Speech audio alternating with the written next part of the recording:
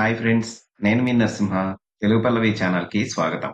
Friends, ఈరోజు మనం చెప్పుకోబోయే కథ 'పగ సాధించింది'. ఈ కథను రాసిన వారు శోభారాణి గారు. అది సాయం సమయం. చల్లని గాలి వీస్తోంది. ఆ చుట్టూరా ఉన్న రంగు పుష్పాలు మంచి సువాసనలు వెదజల్లుతున్నాయి. అప్పుడే వివాహమైన దంపతులిద్దరూ ప్రక్క గ్రామం నుండి అక్కడికి వచ్చి ఆ అందమైన వాతావరణం చూసి మురిసిపోసాగారు. ఉన్నట్టుండి గుర్రపు డెక్కల శబ్దంతో వారిద్దరూ ఆనందంలో నుండి ఈ లోకానికి వచ్చి కళ్ళు తెరిచి చూశారు. రాజదుస్తులతో చాలా టీవీగా ఉన్నవారు తమ దగ్గరికి ఎందుకు వచ్చారో తెలియక దంపతులిద్దరూ అయోమయంగా వారి వంక చూడసాగారు. ఆ ముగ్గురిలో గుబురు మీసాలున్న వ్యక్తి గుర్రం దిగి, "ఎవరు మీరు? ఇక్కడేం చేస్తున్నారు?" అని అడిగాడు. అందుకు భర్త, "నా పేరు ఆనందుడు. ఈమె నా భార్య జయంతి. ఈ రోజు ఉదయం మాకు వివాహమైంది. మేమిద్దరం వాహ్యానికి ఇక్కడికి వచ్చాం. మేమిక్కడ ఉండటం మీకేమైనా అభ్యంతరమైతే వెంటనే వెళ్ళిపోతాం" అన్నాడు. అందుకా వ్యక్తి నవ్వుతూ, "నాకు కనపడిన పిట్ట తిరిగి వెళ్ళిపోవడమా? అందులో అందమైన అమ్మాయిని వదులుకుంటానా?" అన్నాడు అధికార స్వరంతో. ఆ దంపతులిద్దరికీ ఆ మాటలు చాలా అవమానంగా తోచాయి. కోపాన్ని అణుచుకొని లేచి నిల్చున్నారు. అంతలో ఆ వ్యక్తి ముందుకు వచ్చి, "ఆగండి. మమ్మల్ని గురించి తెలుసుకోకుండా వెళ్ళిపోతున్నారా? వినండి. నా పేరు రత్నసింహుడు. ఈ దేశానికి సైన్యాధిపతిని. ఇతను నా బావమరిది విక్రముడు. ఇతను నా అన్న కుమారుడు వజ్రకేతు. మేం ముగ్గురం ఈ రాజ్య సరిహద్దులలో తిరుగుతూ ఉంటాం. రాజ్యంలో అడుగుపెట్టే ప్రతి యువతి మా కోరిక ముందు తీర్చి గాని లోపలికి అడుగు పెట్టడానికి వీల్లేదు" అన్నాడు. ఇలా మాట్లాడడం తప్పని తెలియదా? తెలిసినా కూడా మీకు సిగ్గు లేదన్నమాట. నేను చావనన్నా చస్తాను గాని నీకు లొంగనురా దుష్టుడా అన్నది జయంతి. అంతలో వజ్రకేతు గుర్రం దిగి, "పిల్లా, నువ్వు చాలా పౌరుషంగా మాట్లాడుతున్నావు. నువ్వు మర్యాదగా మాకు లొంగకపోయావంటే నీ కళ్ళ ముందరే నీ భర్తని చంపి నిన్ను లొంగదీసుకుంటామనేది తెలుసుకో" అన్నాడు. ఆ మాటలకు ఆనందునికి కోపం వచ్చి, "ఒరేయ్ భడవ, నీకెంత పొగరురా" అంటూ వజ్రకేతు గొంతు గట్టిగా అదమసాగాడు. ఆ ప్రమాదాన్ని చూచిన సైన్యాధిపతి, అతని బావమరిది వెనక నుండి వచ్చి ఆనందుని కత్తులతో పొడిచారు.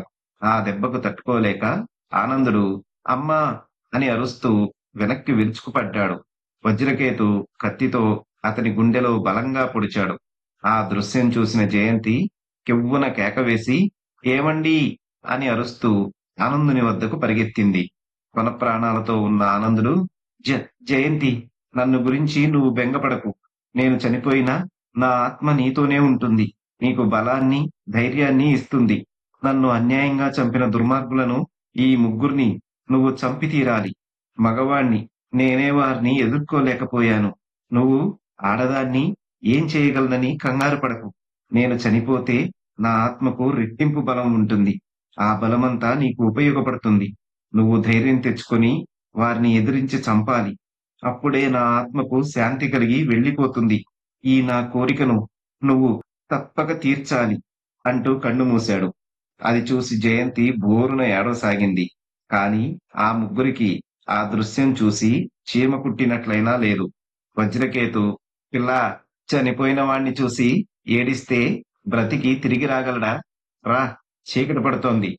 మేం వెళ్ళాలి" అంటూ తొందర పెట్టసాగాడు. ఆ మాటలకు ఏడుస్తున్న జయంతి కోపంతో వెనక్కి తిరిగి చూసింది.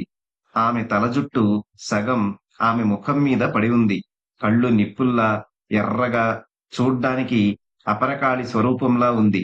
వాళ్ళు ఒక్కసారి వెనక్కి అడుగువేసి మరలా తమాయించుకొని, "నీ చూపులకు మేం భయపడం" అంటూ బలవంతంగా ఆమెను పైకి లేవదీశారు. జయంతి గింజుకోసాగింది. కానీ వాళ్ళు భల్లూకపు పట్టు వదల్లేదు.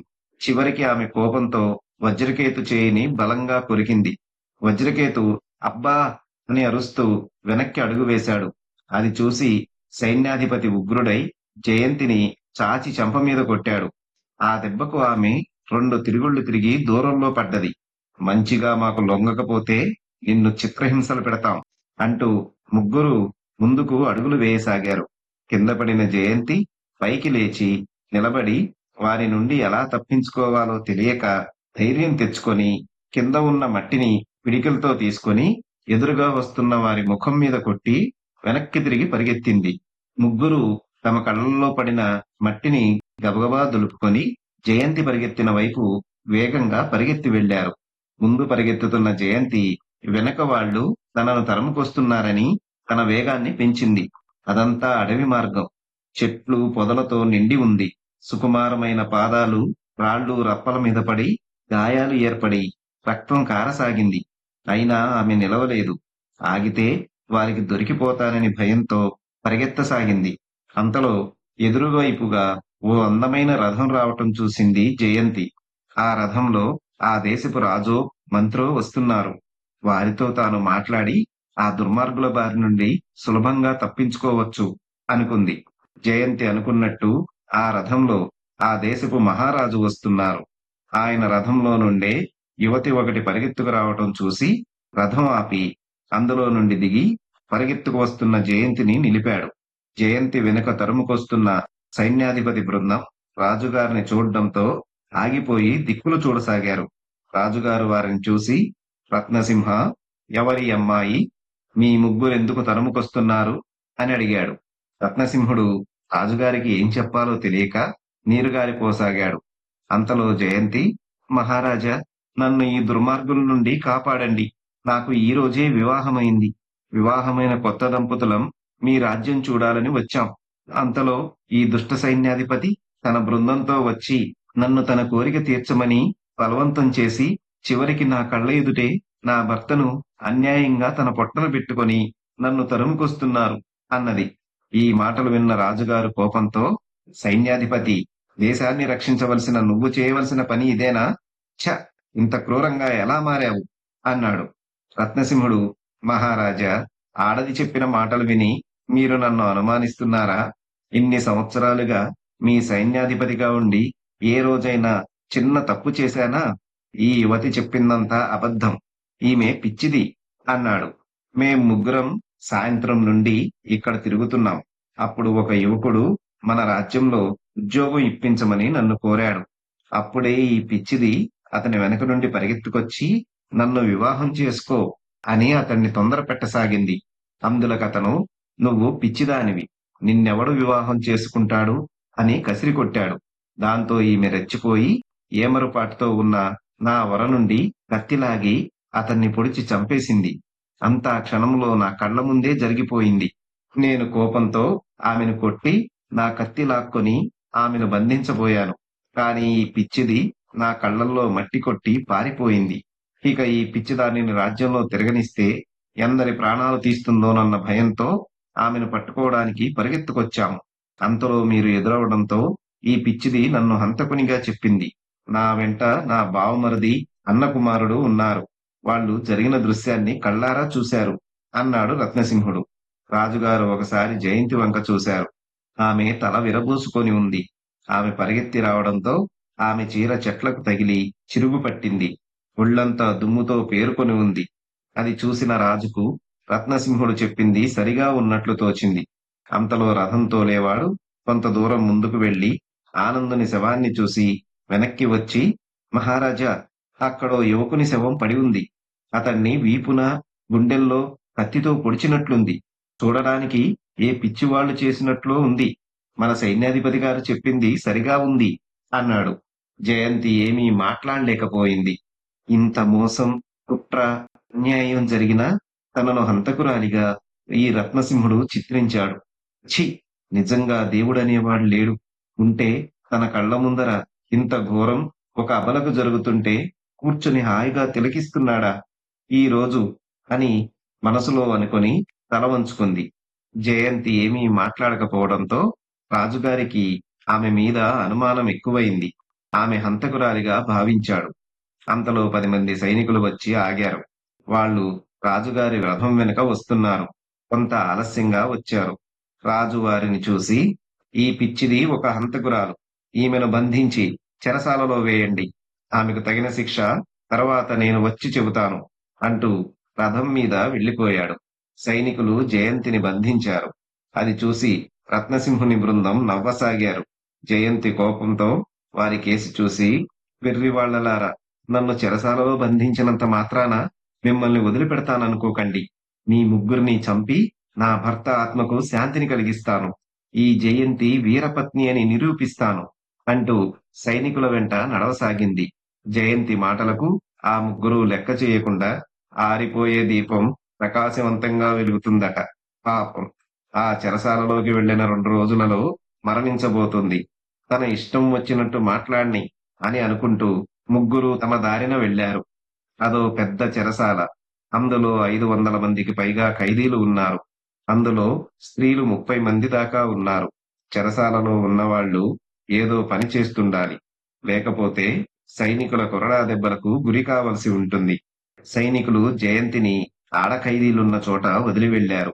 అంతవరకు తన ఇల్లు వదిలి ఎక్కడా బయట తిరగని జయంతికి ఆ చెరసాల చూడడానికే చాలా అసహ్యంగా ఉంది. స్త్రీలంటే సుకుమారులని ఆమె అభిప్రాయం. కానీ చెరలో ఉన్న స్త్రీలు మొరటువారుగా ఉన్నారు. వాళ్ళు ఎంతో కఠినమైన పని చేస్తున్నారు. అక్కడ వారు చేసే పని చూసి భయపడసాగింది. అంతలో ఒక సైనికుడు వచ్చి, "ఇదిగో అమ్మాయి, ఇవాళ మొదటి రోజని నిన్ను ఊరికే ఉండనిస్తాం. రేపటి నుండి నువ్వు వాళ్ళలా అన్ని పనులు చెయ్యాలి. పని చెయ్యకపోయావంటే మా కొరడా చురకలు తినవలసి వస్తుంది" అంటూ వెళ్ళిపోయాడు. అంతలో ఆడ ఖైదీలు ఆమెను చుట్టుముట్టి, "ఎంత అందంగా ఉంది ఈ అమ్మాయి! ఏం దొంగిలించిందో, ఎవర్ని చంపిందో, ఈ పాడు చెరసాలకు వచ్చిందే, ఇక్కడున్న సైనికులు ఈమెను బాగా బ్రతకనిస్తారా?" అని తలొక మాట అనసాగారు. ఆ మాటలతో జయంతి ఇంకా కలవరపడిపోయింది. తనని భగవంతుడు ఒక నరకంలో నుండి ఇంకో రౌరవారి నరకానికి విసిరాడా అని బాధపడసాగింది. అయినా ఆమె భర్త ఆఖరి మాటలు ఆమెకు ధైర్యాన్నిచ్చాయి. అందుచేత వాళ్ళతో ఏమీ మాట్లాడకుండా ముందుకు సాగిపోయింది. రాత్రయింది. ఖైదీలందరూ పనులు మాని ఆహారం తీసుకొని ఇనప తలుపులున్న గదిలోకి వెళ్లారు. ఒక్క గదిలో 10 మంది ఖైదీలు ఉంటారు. అందరూ ఉదయం నుండి కష్టపడి పనిచేసినందువలన అలిసిపోయి నిద్రపోయారు. కానీ జయంతికి మాత్రం కంటి మీద కునుకు రాలేదు. ఆమె మనసంతా ఎడతెగని ఆలోచనలతో నిండిపోయి ఉంది. తన భర్తని చంపిన ఆ ముగ్గురిని ఎలా చంపాలో తెలియక కసితో ఊగిసలాడిపోసాగింది. అంతలో తన గది బయట ఏదో మాటలు వినబడి చెవులు రిక్కరించి వినసాగింది. "కొత్తగా వచ్చిన ఆడ ఖైదీ ఈ గదిలో ఉంది కదూ! నన్ను సైన్యాధిపతి గారు పంపించారు. ఈ రాత్రికి ఆమెను వారి వద్దకు తీసుకురమ్మని. తిరిగి రేపుదయం తీసుకువచ్చి ఆమెను ఇక్కడ వదిలి వెళ్ళిపోతాను" అన్నాడా వ్యక్తి. అందులకు కాపలాదారుడు, "సైన్యాధిపతి గారు ఇంత నీచుడిగా ఉండడం మంచిది కాదు. పాపం ఆ అమ్మాయి ఈ రోజే చెరసాలలోకి వచ్చింది. ఆమె మీద మోజుపడడం న్యాయం కాదు. నా చేతులారా ఈ అన్యాయం జరగనీయను" అన్నాడు. అందులకా వ్యక్తి, "ఈ సంగతి సైన్యాధిపతి గారికి తెలిసిందంటే ఇన్ని రోజులు చెరసాలకు కాపలా ఉన్న నువ్వు చెరలోకి పోక తప్పదు. జాగ్రత్త. పిచ్చి వేషాలు వేయకుండా తలుపులు తెరువు" అన్నాడు. కాపలాదారుడు మనసులో జయంతి మీద జాలిపడుతూ తలుపులు తెరిచాడు. ఆ వచ్చిన వ్యక్తి మెల్లగా లోపలికి అడుగులు వేశాడు. జరిగిన సంగతినంతా వింటున్న జయంతి అప్పటికప్పుడే మనసులో ఏదో ఆలోచన రావడంతో కళ్ళు మూసుకొని నిద్రపోతున్నట్టు నటించసాగింది. ఆ సంగతి తెలియని ఆ వ్యక్తి మెల్లగా క్రిందికి వంగి జయంతిని 2 చేతులతో పైకి లేవదీశాడు. జయంతి కదలకుండా ఉండటంతో అతను, "పాపం హాయిగా నిద్రపోతోంది. నాకు ఎక్కువ శ్రమ ఇవ్వలేదు" అని అనుకుంటూ ఆమెను భుజాన వేసుకొని బయటికి అడుగులు వేశాడు.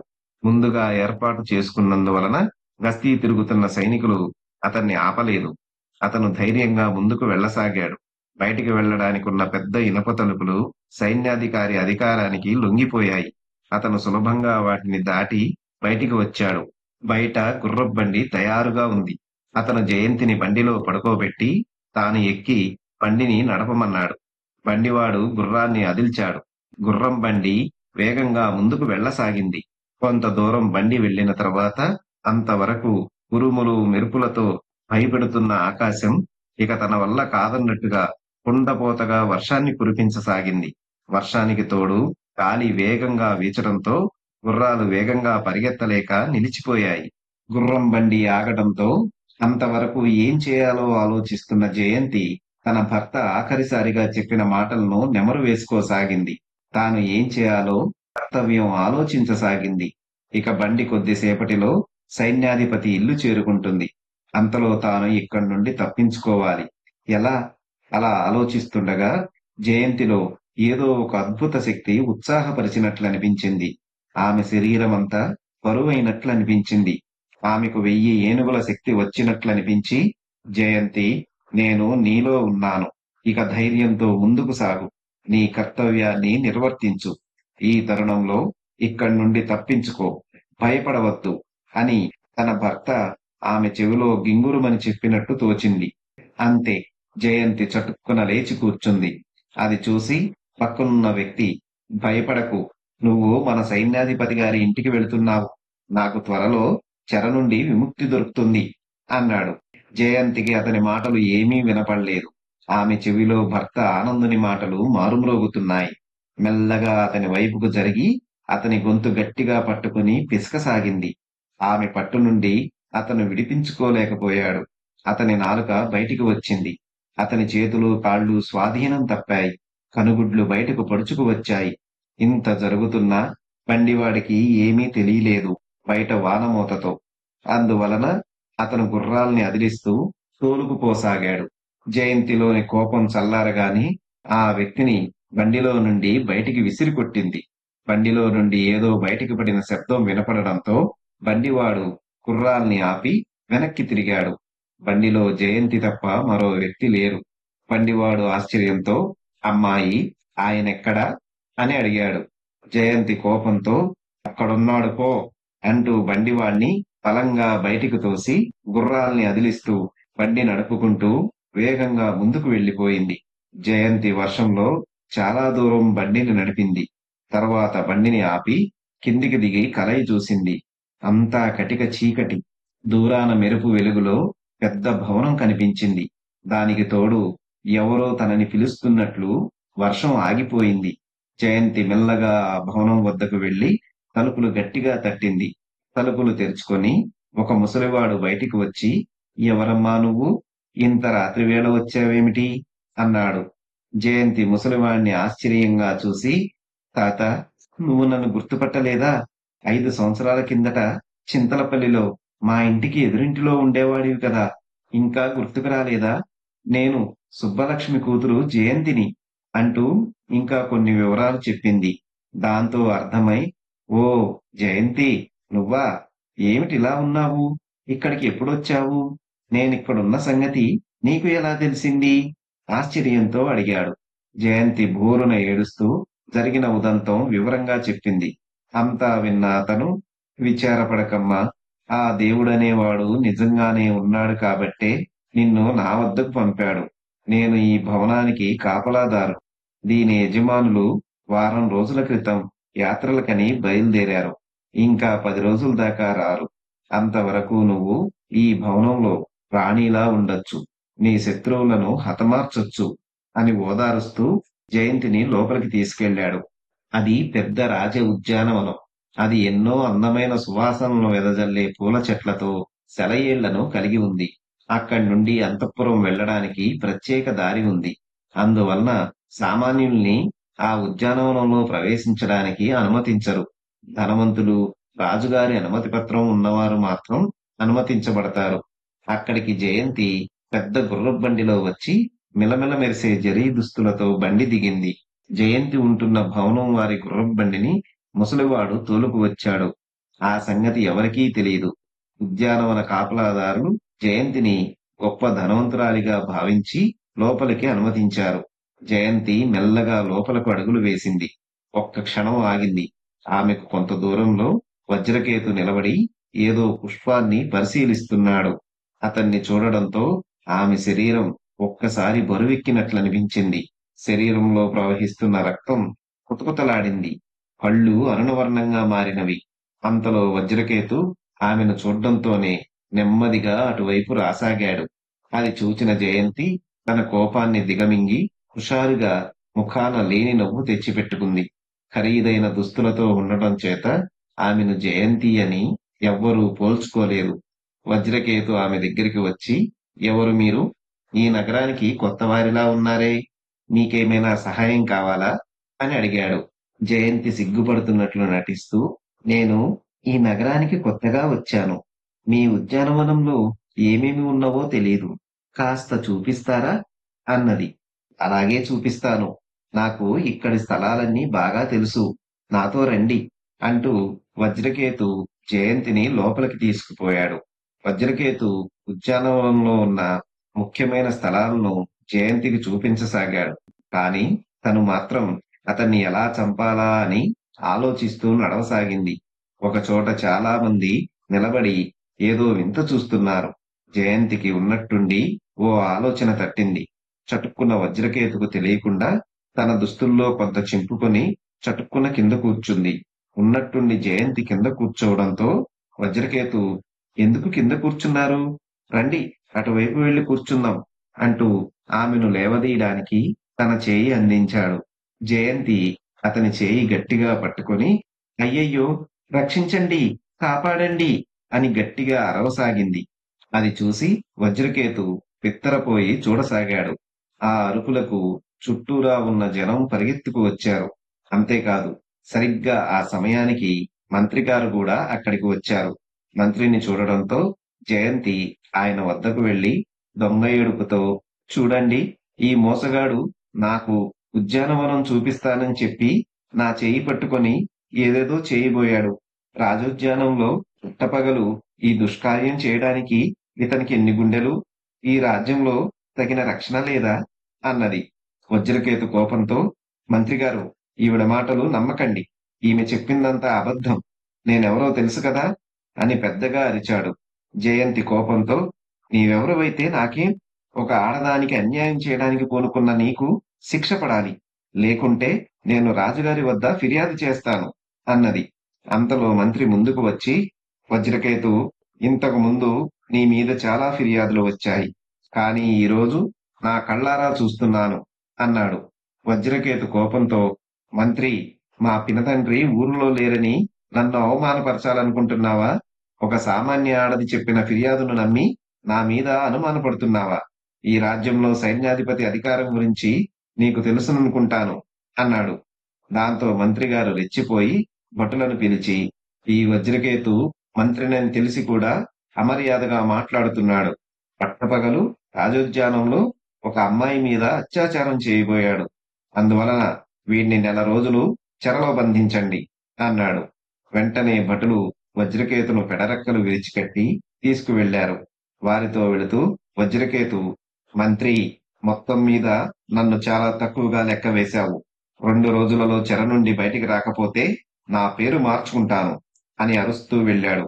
అది విన్న జయంతి, మంత్రిగారు, మీ అధికారం కన్నా ఆ సైన్యాధికారి అధికారం గొప్పదా? అతను 2 రోజుల్లో బయటికి వస్తానంటున్నాడు. ఈ రాజ్యంలో న్యాయానికి రక్షణ లేదా? అన్నది. చూడమ్మా, అతని మాటలు లెక్క చేయకు. నేను చెరలో వేశానంటే తిరిగి నేను చెప్పేంత వరకు బయటికి రారు. కావాలంటే నువ్వు 2 రోజుల తర్వాత వచ్చి చూడు. అతను చెరలోనే ఉంటాడు అన్నాడు మంత్రి. మీరు పెద్దలు, మీ మాటలు నమ్ముతున్నాను. నాకు మీ చెరసాల చూడాలని ఉంది. నేను 2 రోజుల తర్వాత మీ చెరసాలకు వస్తాను. అందుకు మీ అనుమతి పత్రం కావాలి. అలాగే ఈ వజ్రకేతు చెరలో ఉన్నాడో లేదో కూడా చూస్తాను అన్నది జయంతి. సరే అంటూ మంత్రిగారు జయంతికి 2 రోజుల తర్వాత చెరసాలలోకి వెళ్లి వజ్రకేతును చూడ్డానికి అనుమతి పత్రం రాసి ఇచ్చి వెళ్లిపోయాడు. జయంతి దాన్ని తీసుకొని వెంటనే బయటకు వచ్చి గుర్రబండి ఎక్కి వెళ్లిపోయింది. 2 రోజుల తర్వాత జయంతి అందంగా శృంగారించుకొని చెరసాలకు గుర్రబండిలో వచ్చి దిగింది. ఆమె చేతిలో చిన్న బంగారు పెట్టె ఉంది. చెరసాల కాపలాదారులు ఆమె చేతిలో ఉన్న అనుమతి పత్రం చూసి ఆమెను మర్యాదగా వజ్రకేతు ఉన్న గదికి తీసుకువెళ్లి వదిలి వెళ్లిపోయారు. వజ్రకేతు కొంత వసతి ఉన్న ఖైదీ అయినందువల్ల అతన్ని ప్రత్యేక గదిలో ఉంచారు. జయంతి అతని గది బయట ఉన్న ఇనప చువ్వల్లో నుండి చూసి, వజ్రకేతువు అని మెల్లగా పిలిచింది. జయంతిని చూడడంతో వజ్రకేతు కోపంతో, ఛీ, నువ్వా ద్రోహి! నన్ను అన్యాయంగా చెరసాలలో పెట్టించావు కదా, ఇంకా ఎందుకు నన్ను చూడ్డానికి వచ్చావు అన్నాడు. నన్ను మన్నించు వజ్రకేతు, నాకో రోగం ఉంది. ఎండలో ఎక్కువగా తిరిగితే నాకు తెలివి తప్పుతుంది. అప్పుడు నేను ఏం మాట్లాడతానో నాకే తెలీదు. అలా తెలియక నిన్ను అవమానపరిచాను. ఆ తర్వాత ఇంటికి వెళ్ళాక జరిగింది మా బండివాడు చెప్పగా సంగతి తెలుసుకొని విచారపడ్డాను. నా కోసం అన్యాయంగా నీవు చెరలో పడ్డందుకు నాకు కష్టంగానే ఉంది. వెంటనే మంత్రి గారిని కలిసి నువ్వు తప్పు చేయలేదని చెప్పాను. ఆయన విచారపడి రేపే మిమ్మల్ని విడుదల చేస్తానని చెప్పారు. ఈ సంతోష వార్త మీ చెవిలో వేయాలని నేను వచ్చాను. అంతేకాదు, నేను ప్రత్యేకంగా తయారు చేసిన లడ్డూలను నీ కోసం తెచ్చాను అంటూ జయంతి తన వద్దనున్న బంగారు పెట్టె తెరిచి అందులో ఉన్న లడ్డూలను వజ్రకేతుకు ఇచ్చింది. నిజమా జయంతి? నువ్వింత మంచిదానివనుకోలేదు. నన్ను రక్షించావు అంటూ ఆమె ఇచ్చిన లడ్డూలను తృప్తిగా తిన్నాడు. కొంతసేపటికి జయంతి పకపకా నవ్వసాగింది. అది చూసి వజ్రకేతు ఆశ్చర్యపోయి, జయంతి, ఏమిటలా పగలబడి నవ్వుతున్నావు అని కలవరపడ్డాడు. వజ్రకేతు, 4 రోజుల క్రితం ఈ రాజ్యానికి సరిహద్దుల్లో నూతన దంపతులను నువ్వు, సైన్యాధిపతి, ఆయన బామ్మర్ది కలిసి ఏమి చేశారో గుర్తుందా? ఆ రోజు భార్య ముందు భర్తని అన్యాయంగా మీ ముగ్గురు కత్తులతో పొడిచి చంపి రాజుగారి వద్దకు వెళ్లి ఆ హత్యను భార్య మీదకి తోసి ఆమెను చెరలో వేయించారు. గుర్తుందా? అంది జయంతి. వజ్రకేతు ఆశ్చర్యపోయి, ఇదంతా నీకెలా తెలుసు? ఆ అమ్మాయి నీకేమైనా బంధువా అని ఆశ్చర్యపోయాడు. జయంతి నవ్వుతూ, ఆ అమ్మాయి ఎవరో కాదు, నేనే. ఏం ఆశ్చర్యపోతున్నావు? నీ కళ్ళ ముందర చెరసాలలో ప్రవేశించిన నేను బయటికి ఎలా వచ్చాను, ఇంతటి దాన్ని ఎలా అయ్యానని ఆలోచిస్తున్నావా? నేను నిన్ను మోసంతోనే చెరసాలలో పెట్టించాను. అంతేకాదు, నిన్ను నువ్వుగానే చంపుకునేలా చేస్తాను కూడా అన్నది. మోసం, మోసం! ఈ సంగతి వెంటనే అందరికీ తెలియజేస్తాను. నిన్ను పట్టిస్తాను అని అరిచాడు వజ్రకేతు. అరవకు. ఇంతకు ముందు నువ్వు తిన్న లడ్డూల్లో మత్తుమందుతో పాటు విషం కూడా కలిపాను. ఇక కొద్దిసేపటిలో అవి పనిచేయనారంభిస్తాయి. అప్పుడు నువ్వు ఇంతకు ముందు జరిగిందంతా మర్చిపోతావు. పిచ్చివాళ్లా మాట్లాడకు. నిన్ను నువ్వే చంపుకోవడానికి ప్రయత్నించి 2 రోజుల్లో చనిపోతావు. దాంతో నా పగ తీరుతుంది. నా భర్త ఆత్మకి శాంతి చేకూరుతుంది అంటూ జయంతి గబగబా బయటికి నడిచింది. వజ్రకేతు జయంతి మోసాన్ని అందరికీ చెప్పాలని గట్టిగా అరిచాడు. ఆ అరుపుకు అందరూ పరిగెత్తుకు వచ్చారు.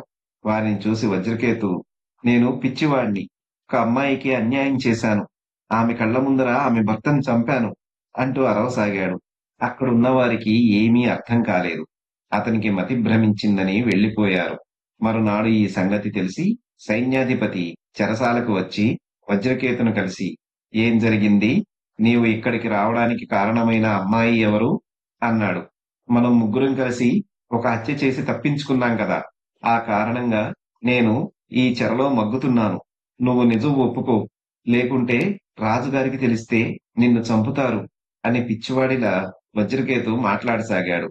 అది విన్న సైన్యాధిపతి కొంత కలవరం చెందాడు. ఇక అక్కడ ఉంటే తన గుట్టు రట్టవుతుందని కాపలా వారిని చూసి, వీడికి పిచ్చి ముదిరింది, చాలా జాగ్రత్తగా వీణ్ణి చూడాలి అని వెళ్ళిపోయాడు. వజ్రకేతు మరణించాడు అన్న వార్త విని సైన్యాధిపతి, మంత్రి ఉన్నపళంగా చెరసాలకి వెళ్లి చూశారు. వజ్రకేతు తలంతా రక్త గాయాలతో ఉంది. మంత్రి కాపలా వాళ్ళని పిలిచి, వజ్రకేతు ఎలా మరణించాడు అని అడిగాడు. ఈ రోజు ఉదయం నుండి ఎక్కువగా అరవసాగాడు. మేము ఎంత బెదిరించినా ఆగలేదు. చివరికి నేను ఒక యువతికి అన్యాయం చేశాను అని అరుస్తూ ఇనప చువ్వలతో తన తలను బలంగా గుద్దుకొని మరణించాడు అన్నారు. సైన్యాధిపతి వజ్రకేతు మరణాన్ని చూసి మనసులో భయపడుతూ తన బావమరిదిని హెచ్చరించాలని బయలుదేరాడు. భవనంలో ఉన్న జయంతి వజ్రకేతు మరణాన్ని విని, అమ్మయ్యా! నా శత్రువులలో ఒకడు చచ్చాడు. త్వరలో మిగిలిన ఇద్దరిని చంపి నా భర్త ఆత్మకు శాంతి కలిగించాలి అని ఆనందపడ్డది. చంద్రమహల్ పాలరాతితో కట్టబడింది. నగర మధ్యంలో ఉంది. అందమైన పెద్ద మహల్. పాతకాలపు వస్తువులు, ఆయుధాలు అందులో భద్రపరచబడి ఉన్నాయి. నగరానికి కొత్తగా వచ్చిన ప్రజలు తప్పకుండా ఆ మహల్ని చూడకుండా వెళ్లరు. అందులో సుందరమైన పెద్ద అద్దాల మందిరం ఉంది. ఆ అద్దాలు ఎప్పుడూ తిరుగుతూ ఉంటాయి. ఆ గదిని చూడడానికి ప్రతి ఒక్కరూ ఉబలాట పడతారు. కాని సామాన్య ప్రజల్ని ఆ గదిలోకి వెళ్ళడానికి అనుమతించరు. రాజుగారి అనుమతి పత్రం ఉన్నవారు మాత్రమే అందులో ప్రవేశించవచ్చు. ఆ చంద్రమహల్కు సైన్యాధిపతి బావమరిది విక్రముడు ప్రతిరోజూ వస్తుంటాడని జయంతి తెలుసుకుంది. ఇక తన 2వ వేట ప్రారంభించాలనుకుంది. చాలాసేపు ఆలోచించి ఒక నిర్ణయానికి వచ్చింది. వెంటనే చంద్రమహల్ వద్దకి చేరుకుంది. జయంతి చంద్రమహల్‌ను సమీపించేసరికి సాయంత్రమైంది. బయట కాపలాదారు ఆమెను చూసి, "అమ్మా! మీరు నగరానికి కొత్తవారిలా ఉన్నారు. ఇంకా కొద్దిసేపట్లో మహల్ మూసివేస్తాం. త్వరగా లోపలికి వెళ్లి చూసిరండి" అన్నాడు. "అలాగైతే ఈరోజు ఇంటికి వెళ్లి రేపు ఉదయం వస్తాను. ఇంత పెద్ద మహల్‌ని తొందరగా ఈరోజు చూడలేను" అంటూ వెనక్కి తిరగబోయింది జయంతి. "ఆగండమ్మా! ఈ మహల్ ఈరోజు చూడకపోతే ఇంకా 3 రోజుల దాకా చూడలేరు. రేపు రాజుగారి జన్మదినం. అందువల్ల 3 రోజులు సెలవులు. కనుక ఈ రోజే చూసి వెళ్ళండి" అన్నాడు కాపలావాడు. జయంతి ఒక నిశ్చయానికి వచ్చి లోపలికి నడిచింది. సరిగ్గా అద్దాల గది వద్దకు వెళ్ళింది. బయట కాపలా వ్యక్తి ఆమెను లోపలికి అనుమతించలేదు. జయంతి తనను లోపలికి అనుమతించమని వేడుకోసాగింది. "ఏమిటిరా అల్లరి" అని అరుస్తూ ఒక వ్యక్తి అక్కడికి వచ్చాడు. అతన్ని చూడ్డంతో జయంతి తనలో, ఇతడే సేనాధిపతి బావమరిది విక్రమ్‌లా ఉన్నాడు. ఈరోజు వీడి అంతం చూడాలి అనుకుంది. జయంతి అతని వద్దకు వెళ్లి, "నేను ఈ నగరానికి కొత్త. ఈ అద్దాల గదిని చూడాలంటే అతడు అనుమతి పత్రం లేనిదే లోపలికి వదలనంటున్నాడు" అన్నది జాలిగా. జయంతి అందచందాలకు భ్రమిసిన విక్రమ్ మురిసిపోతూ కాపలాదారుతో, "రేయ్! నేను సైన్యాధిపతి బావమరిది విక్రమ్‌ను.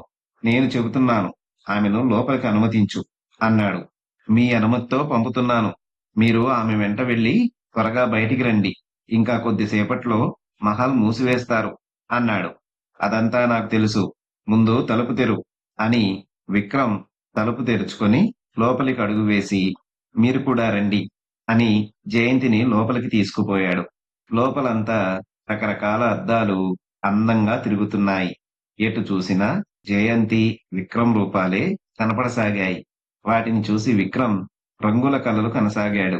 జయంతి తన పగ ఎలా సాధించాలో ఆలోచించసాగింది. ఉన్నట్టుండి ఆమె శరీరం బరువెక్కసాగింది. ఆమె చెవులకు లీలగా, "జయంతి, నా ఆఖరి కోరిక నెరవేర్చు. నేను నీకు సహాయం చేస్తాను" అన్న భర్త మాటలు వినపడసాగాయి. అంతే, ఆమె కళ్ళు ఎరిపెక్కాయి. పిడికిలి బిగించింది. పళ్ళు పటపట కొరికింది. అది గమనించిన విక్రమ్ ఆశ్చర్యంతో ఆమెకేసి చూసి, "అరె! ఉన్నట్టుండి ఏమిటీ పని? ఎందుకిలా మీరు కోపగిస్తున్నారు?" అని అడిగాడు. మరుక్షణం జయంతి పిడికిలి అతని దవడని గట్టిగా తాకింది. ఆ దెబ్బకు తట్టుకోలేక అతను అద్దం మీద పడి, అది పగిలి అతని తలకు గుచ్చుకొని రక్తం కారసాగింది.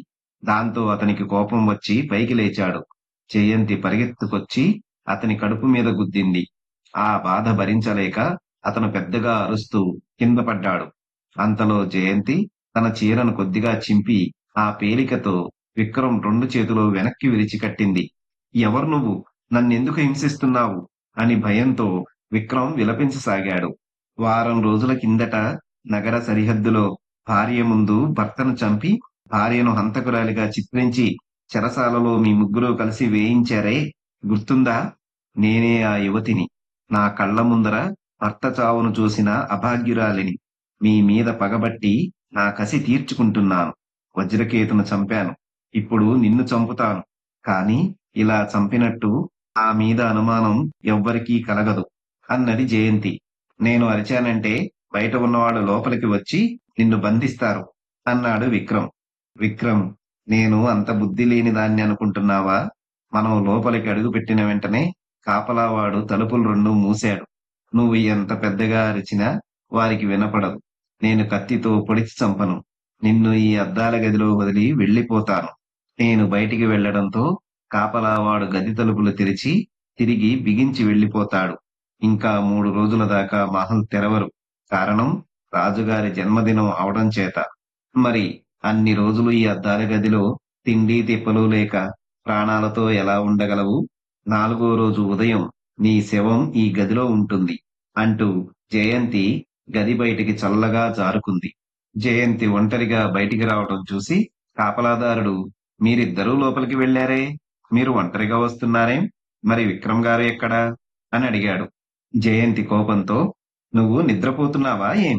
ఇప్పుడే కదా విక్రమ్ గారు బయటికి వచ్చారు. నేను ఆయన వెనుక వస్తున్నాను" అన్నది. "అరె! నాకు తెలియకుండా విక్రమ్ గారు బయటికెలా పోయారు?" ఒకవేళ ఆయన వెళ్ళడం నేను చూడలేదా అని తటపటాయిస్తూ జయంతి కోసం చూశాడు. అప్పటికే ఆమె కనుచూపు మేరలో గబగబా వెళుతున్నది.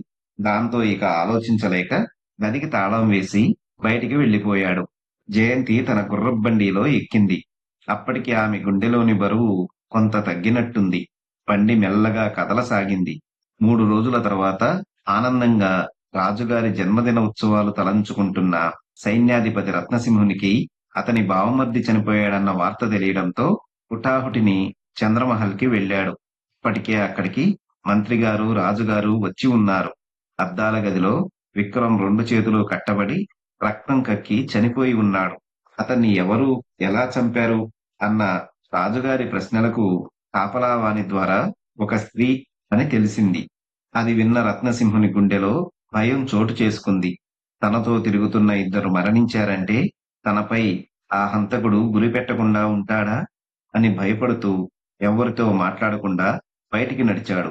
విచారంతో ఇంటిలో అడుగుపెట్టిన రత్నసింహునికి తన ఇంటిలో అందమైన యువతి తిరుగుతూ ఉండటం చూసి పైకి ఆశ్చర్యంతో, ఆనందంతో కిరివిక్కిరై, "ఎవరు నువ్వు? నా ఇంటిలో ఎందుకున్నావు? ఏం చేస్తున్నావు? నిన్నెక్కడో చూసినట్టుందే" అన్నాడు. "నా సంగతి అలా ఉంచండి. తర్వాత చెప్తాను. నీ మిత్రులిద్దరినీ ఎవరు, ఎందుకు చంపారో ఆ వివరాలన్నీ నాకు తెలుసు. మీకు చెబుదామని పనిగట్టుకు వచ్చాను" అన్నది జయంతి. "నీకు తెలుసా ఎవరు వారిని చంపింది? ఎవరో ముందు నాకు చెప్పు. నీకు ఏం కావాలన్నా ఇస్తాను" అన్నాడు రత్నసింహుడు. "రహస్యాలు ఊరికే చెప్పడానికి నేనంత వెర్రిదాన్ని కాదు. నీకా వివరాలు కావాలంటే నాకు ఓ సహాయం కావాలి. చేస్తానంటే చెబుతాను" అన్నది జయంతి. "నా శక్తిని గురించి సందేహించకు. ఏం సహాయం కావాలన్నా చేసి పెట్టడానికి సిద్ధంగా ఉన్నాను. నా మిత్రుల్ని చంపిందెవరో ముందు చెప్పు. లేకుంటే ఈ రాత్రి నాకు నిద్ర కూడా రాదు" అన్నాడు రత్నసింహుడు. "నాకు ఈ దేశ సైన్య బలం గురించిన వివరాలు కావాలి. ఎక్కడెక్కడ సైన్యం తయారుగా ఎంతమంది ఉన్నారు? ఆయుధాల గది ఎక్కడ? శత్రువులు దేశంలో ప్రవేశించాలంటే ఏ మార్గం గుండా రావాలి? ఈ వివరాలు పూర్తిగా కావాలి. నీకు అన్నీ బాగా తెలుసనుకుంటాను. అందువల్ల నేనడిగిన వివరాలు పూర్తిగా రాసి ఉంచు. ఈ రోజు రాత్రికి ఒక ముసుగు మనిషి మీ ఇంటికి వస్తాడు. అతని చేతికి ఆ వివరాలు ఇచ్చావంటే అతను నీకు కావలసిన వివరాలు చెబుతాడు" అన్నది జయంతి. "దేశ రక్షణ సైనికుల వివరాలు మీకెందుకు? అయినా మీకు ఆ హంతకుల వివరాలు తెలిసినన్న నమ్మకమేమిటి?" అనుమానంగా ఆమె వంక చూశాడు రత్నసింహుడు. ఆ మాటలకు జయంతి నవ్వుతూ, "రత్నసింహ, నా మీద నమ్మకం లేకపోతే నీ మిత్రుల్ని చంపిందెవరో తెలియకుండా నువ్వు చంపబడతావు. కొన్ని రోజుల క్రితం మీ ముగ్గురూ కలిసి భార్య ముందు భర్తను చంపి ఆమెను హంతకురాలిగా చిత్రించి చెరసాలలో వేశారు. గుర్తుందా? ఆ యువతి చెరసాల నుండి బయటకు తప్పించుకొని వచ్చి మిమ్మల్ని చంపడానికి పథకం వేసి మీ ఇద్దరు మిత్రుల్ని చంపింది. నాకు ఆ యువతి ఎక్కడుందో, నిన్నెలా చంపుతుందో తెలుసు. ఈ రాత్రికి వచ్చే ముసుగు మనిషి వద్ద నేను అడిగిన వివరాలు ఇస్తే నీకు కావలసిన రహస్యం తెలుస్తుంది. బాగా ఆలోచించుకో" అంటూ జయంతి బయటికి అడుగుపెట్టింది. రత్నసింహుడు బాగా ఆలోచించాడు. దేశ రక్షణ కన్నా తన ప్రాణరక్షణ ముఖ్యమని అతని మనస్సు చెప్పింది. దాంతో జయంతి అడిగిన వివరాలు పూర్తిగా వ్రాయసాగాడు. అర్ధరాత్రి అయింది. రత్నసింహుడు నిద్రపోలేదు. తనను కలవబోయే ముసుగు వ్యక్తి గురించి ఎదురు చూడసాగాడు. ఉన్నట్టుండి తలుపులు ఎవరో బాదుతున్న శబ్దం విని రత్నసింహుడు గబగబా వెళ్లి తలుపులు తెరిచాడు. ఎదురుగా నల్లని దుస్తులు ధరించిన ముసుగు వ్యక్తి నిలబడి ఉన్నాడు. "లోపలికి రా. అంతా లోపల మాట్లాడుకుందాం. నీవు బయట ఉంటే ఎవరైనా చూస్తారు" అంటూ రత్నసింహుడు ఆ వ్యక్తిని లోపలికి తీసుకువెళ్ళాడు. లోపలికి వెళ్ళిన వెంటనే ముసుగు వ్యక్తి 2 చేతులు చాచాడు. అది గమనించిన రత్నసింహుడు, "నువ్వు అడిగిన వివరాలు పూర్తిగా ఇందులో రాసి ఉంచాను. ముందు నాకు చెప్పవలసినది త్వరగా చెప్పు. ఎవరైనా రాగలరు" అంటూ చిన్న పెట్టెను అతని చేత పెట్టాడు. ముసుగు వ్యక్తి ఆ పెట్టెను తెరిచి మడిచి ఉన్న గుడ్డను విప్పి అందులో దేశ సైన్య వివరాలు, ఆయుధాల సంఖ్య, దేశంలోకి శత్రువులు అడుగు పెట్టడానికి తగిన మార్గాలు అన్నీ చదివి అతను, "శభాష్ రత్నసింహ! దేశ రక్షణ నీకు అప్పగిస్తే నువ్వు ఎంత ఘనంగా నిర్వహించగలవని తెలుస్తుంది" అన్నాడు. ఆ వ్యక్తి మాటలు విని రత్నసింహుడు, "మ మ మహారాజా" అన్నాడు. అంతలో ఆ వ్యక్తి తన ముసుగు తీసి, నేను నీ మీద అనుమానం కలిగి మారువేషంలో వచ్చాను. నీ కుట్రబుద్ధి తేటతెల్లమైంది. ఇక నిన్ను ప్రాణాలతో విడవకూడదు అన్నాడు మహారాజు. అంతలో బయట ఉన్న మంత్రి, జయంతి, సైనికులు లోపలికి వచ్చారు. జయంతిని చూడడంతో రత్నసింహుడు మండిపడ్డాడు. చూశారా మహారాజా, నేను మీకు ఉదయం చెప్పినది అక్షరాలా జరిగింది కదా. ఉదయం శత్రుగూఢచారి రత్నసింహునితో ఈ వివరాలు కావాలని అడగడం, ఈయన రాత్రికి రమ్మనడం నేను విన్నాను. అందుకు మిమ్మల్ని మారువేషంలో ఇక్కడికి రమ్మన్నాను. దొంగ దొరికిపోయాడు. ఇలాంటి రాజద్రోహిని రేపటి వరకు ప్రాణాలతో ఉంచటం దేశానికి ఎంతో అనర్థం, అవమానకరం అన్నది జయంతి. అది విన్న రత్నసింహుడు, అంతా అబద్ధం మహారాజా. ఈమె ఉదయం నా వద్దకు వచ్చి ఈ వివరాలు కావాలని అడిగింది. రాత్రికి ముసుగు వ్యక్తిని పంపుతానని చెప్పి మీతో నాటకమాడింది. నా మాట నమ్మండి. నీ కాళ్ళా వేళ్లాబడి ప్రాధేయపడ్డాడు. నాకు అదంతా అనవసరం. దేశ రక్షణ వివరాలు నన్ను ఎవరో తెలియక నాకు అప్పగించావంటే నీకు దేశం మీద భక్తి ఉందా? ఒక సైన్యాధికారి చేయవలసిన పని ఇదేనా? నేను కొంత ఆలస్యంగా వచ్చి ఉంటే ఈ వివరాలు శత్రువుల చేతికి చిక్కి ఉండేవి కదా అన్నారు మహారాజు. మహారాజా, నా మాటలు నమ్మండి. నేను ఏ ద్రోహం చేయలేదు అంటూ రత్నసింహుడు రాజుగారిని పదే పదే వేడుకోసాగాడు. రాజుగారు అతన్ని కాలితో విదిలించి, ఈ ద్రోహిని బంధించండి అన్నారు. ఎంతో హోదాతో బ్రతికిన రత్నసింహునికి రాజుగారు అంత నీచంగా మాట్లాడడం చిన్నతనంగా తోచింది. అక్కడి నుండి తప్పించుకు పారిపోవాలని లేచి నిలబడి రాజుగారిని తన పక్కనున్న సైనికుల మీదకు తోసి బయటికి పరిగెత్తాడు. ఆ ద్రోహిని బంధించండి అన్న రాజుగారి మాటలు విని బయట ఉన్న సైనికులు కత్తులతో లోపలికి పరిగెత్తుకు రావడం, వారి కత్తులకు రత్నసింహుని శరీరం తగిలి వెచ్చటి రక్తం బయటికి రావడం క్షణంలో జరిగిపోయింది. అందరూ క్రింద పడిన రత్నసింహుని వద్దకు పరిగెత్తుకు వచ్చి చూశారు. అప్పటికే అతని ప్రాణాలు అనంత వాయువుల్లో కలిసిపోయాయి. రాజద్రోహికి తగిన శిక్ష జరిగింది అన్నారు మంత్రి. జయంతి వల్ల రాజద్రోహి దొరికాడని రాజుగారు మనసులో సంతోషించి ఆమెకు తగిన బహుమానం ఇవ్వాలని వెనక్కి తిరిగి చూశాడు. ఆ ప్రాంతాల్లో ఎక్కడా జయంతి లేదు. ఎక్కడికో వెళ్లిపోయింది. మహారాజు గారు ఆశ్చర్యపోతూ, మంత్రిగారు, ఇక్కడున్న యువతి ఎక్కడా? ఇంతసేపు ఇక్కడే నిలబడి ఉన్నది కదా. ఇంట్లోకి వెళ్ళిందా? చూడండి, ఆమెకు మంచి బహుమానం ఇవ్వాలి. ఆ యువతి వల్ల మన రాజ్యం శత్రువుల బారి నుండి రక్షించబడింది. ఒక రాజద్రోహిని ఆమె వల్లనే మనం గమనించాం. అందువల్ల ఆమెకు తగిన సత్కారం జరగాలి అన్నాడు. అంతలో కొందరు సైనికులు ఇంట్లోకి వెళ్లి అంతా వెతికి లోపల ఎవరూ లేరు అన్నారు. రాజుగారు ఆశ్చర్యపోయారు. నాథా, పగ సాధించాను. మిమ్మల్ని చంపిన ముగ్గురిని వాళ్ళ చేత వాళ్లే చంపుకునేట్టు చేశాను. దీంతో మీ ఆత్మ సంతోషిస్తుందనుకుంటా. మీరు లేని నాకు ఈ జీవితం ఎందుకు? నేను మీ దగ్గరికే వస్తాను అంటూ జయంతి కొండ మీదికి వేగంగా ఎక్కసాగింది. చూశారు కదా ఫ్రెండ్స్, ఇది ఈ రోజు కథ. మరొక మంచి కథతో తదుపరి వీడియోలో కలుసుకుందాం. ధన్యవాదాలు.